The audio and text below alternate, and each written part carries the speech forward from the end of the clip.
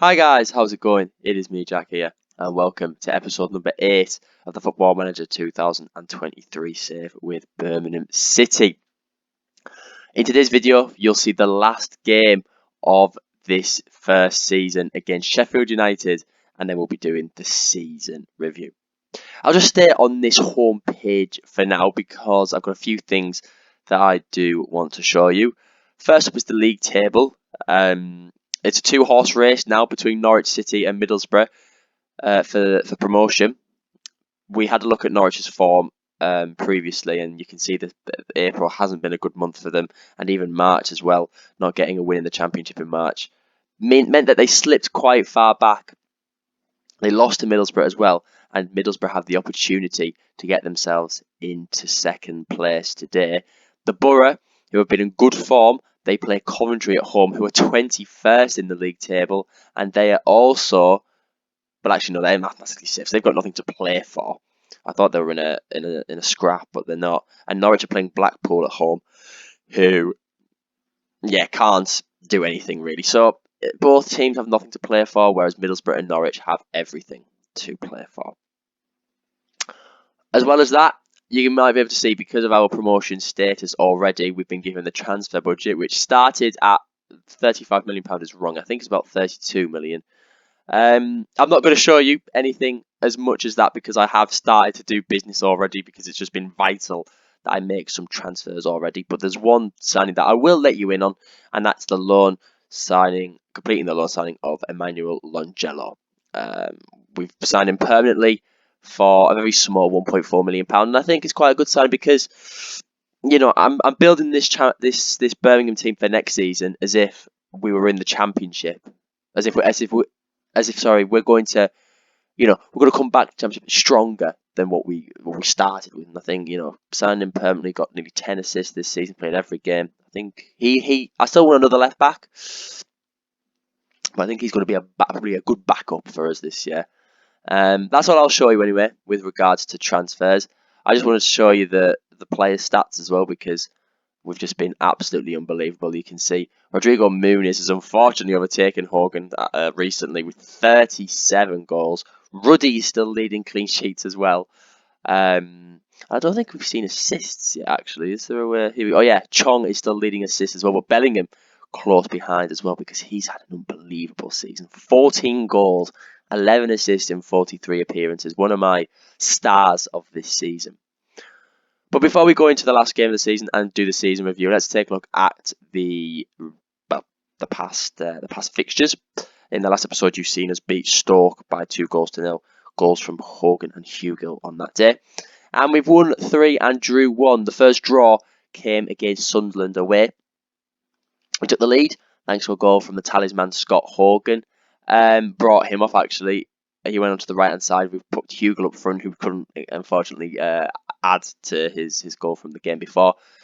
We battered them. Now we just couldn't find a way to get past them and see out the game. Dan Neal equalised in the 69th minute, and the game finished 1 apiece. But it felt like 2 points dropped, as it should have been 3 points. A massive game against Millwall, though. 7-goal thriller, seeing us win by 4-3. They took the lead.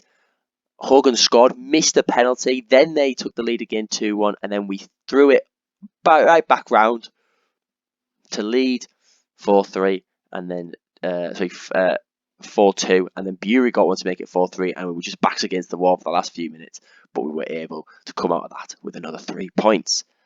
Then 2 clean sheets followed, a 3-0 victory against Blackpool at home. Comfortable game this. Longello opened the scoring early on, only I think his second goal of the season. Trusty from the back stick in a corner, and Chong late on got us the win there. And then Coventry away was the last game that we've just played against. Bellingham again scoring a goal 22 minutes in, and then a surprising goal from Jonathan Leko, who hasn't been really too bad off the bench. 34 games he's been a part of this season, and a lot of them coming on off the bench, and he doesn't really start, but I've been happy with what he's been doing, and he might get an appearance today as well, as we play Sheffield United at home. They've got nothing to play for Blackburn have got something to play for against Burnley, but it's going to take a massive goal difference swing for them. Bit dead, isn't it, really? There's only one race, Norwich and Middlesbrough, and that is all. Opposition instructions will apply, and this will be the lineup for the game. I am trialling something a little bit different today, and it's linked in with the transfer business of next year.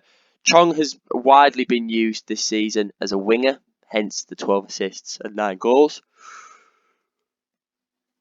I'm going to try him as an inverted winger and hope. I mean, he did alright there, to be fair, against Coventry.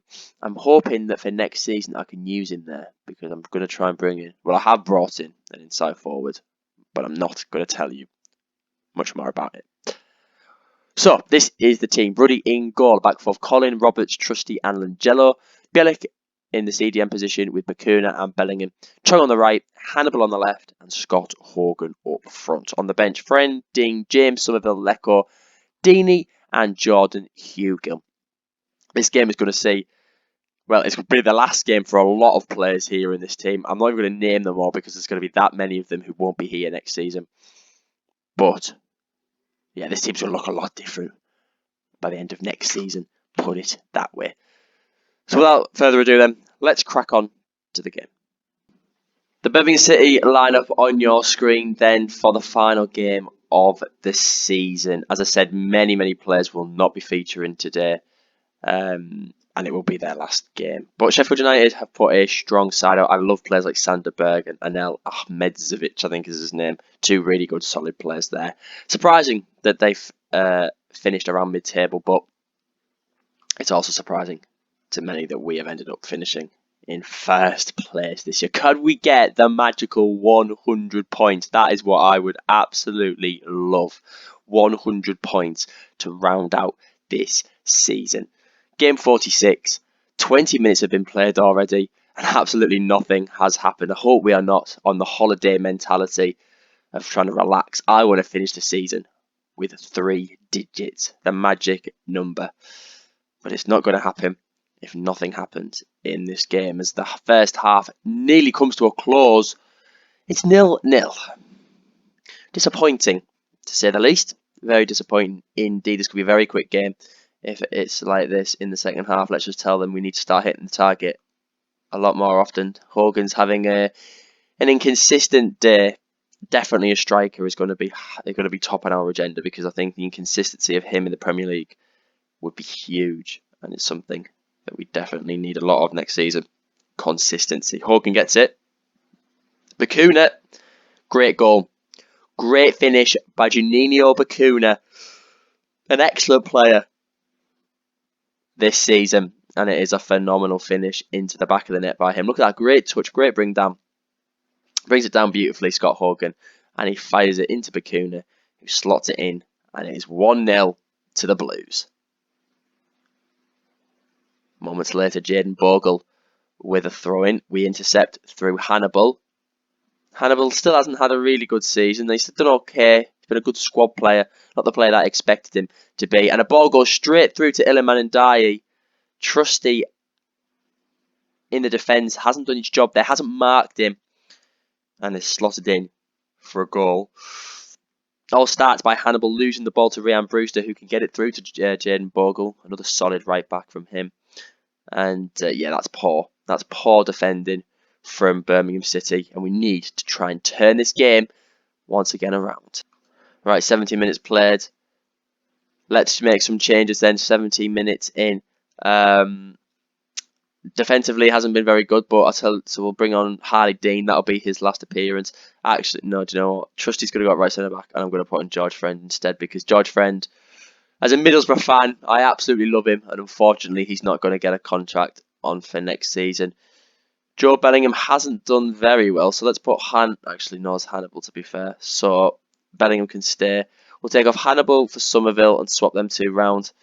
He can play, both of them can play as wingers. Hogan can stay on, and I'll tell you what, we'll bring off Bellingham and we'll bring on Jordan James, and we'll swap the two of them round like that. So let's hope that these changes can make a difference in this game. We'll try and change it up tactically as well by just playing a little bit higher, pressing a little bit more, stopping crosses. Keep going like that. And there we go, one One more little switch up here. We'll bring on Harley Dean and we'll take off Hogan for Jordan Hugill. And we'll play a little bit direct as well. Come on, 10 minutes to go, Birmingham. Can we get them 100 points? Demands more from you. It's been quiet. They're definitely on their holiday mentality, but I didn't think they would be as we came to this game. Unfortunately, Maxime Collin has picked up an injury, so we're going to have to put Bakuna at right back. Play a 2 in midfield. Bit asymmetric like that, I think. Come on, lads. See out the last few minutes now with 10 men. Is it going to be a draw? It is. Chong's picked up a knock as well, and it looks like Norwich City have been promoted via second place. Middlesbrough, I think, have slipped up. I'm going to say we weren't good enough today. It's one of them days that we haven't played well. And we'll come back into the home screen. But yes, Norwich City winning 4-0. Middlesbrough, a 92nd minute equaliser from Coventry. I don't think it would have meant anything anyway because Norwich City won. And the gap to them now was 3 points, and we have failed to get to that 100 mark. Burnley have gone down to 6th. Burnley gone up to 5th. West Brom gone down to 6th, and that's the only real changes that meant anything for promotion. Colin out for 3 to 4 weeks. Chong out for 5 to 8 days. Promotion celebrations for Norwich. We didn't even get any promotion celebrations, I've just realised there, which is very unfortunate. But all we need to see is our magic number. P1, Birmingham City, 46 games played, 98 points. What a season it's been. Oh, I am so impressed. Right, okay, what we'll do is we'll skip ahead to the season review. Here we are then for the end of season review. 2022-23 season. What a season it's been. An excellent championship campaign which sees us bring home the Sky Bet Championship trophy. Now we'll go through some of the transfers in here that we've made. A lot of these we haven't made, they were already here. As you can see, Tahith Chong, Trusty Bielik, Rudding, Langelo. Somerville was one of our signings, an A-star rating from the board. I assume that's probably the new board looking back at what the previous board and myself did. A-star rating for him. Sanderson was brought in already, so was Hannibal and Plaqueta. Plaqueta didn't play very many minutes for me at all, but was okay. And Jordan Hugill got a C rating, which I expected. You know, he was only a backup really to Hogan. I wasn't expecting him to be scoring goals. And for £7,000, which is a nice cheap deal to do. And I think it's been a success. Transfers out has been nobody that I've done. Christian Pedersen is 28, who I recognise there. Loan out. Sunjic is a player that I didn't loan out, but I'm hopefully looking forward to seeing next season. Could be someone in the Premier League that we may use. Lukas Jukovic, of course, started for us, but was loaned out to Burton Albion. Hopefully, we can get rid of him off our books. This season's results then, the board are pleased the team have won the Sky Bet Championship this season, an unexpected promotion. 64% of the average home attendance was filled, and Scott Hogan, 34 goals. The FA Cup was a disappointing campaign, losing in the third round by Crewe Alexander. The Carabao Cup was a lot different though. We actually went on a bit of a journey in that tournament, beating Walsall 5-1, Millwall 2-1, and a 1-0 win against Barnsley before being hammered by Aston Villa in the second City derby.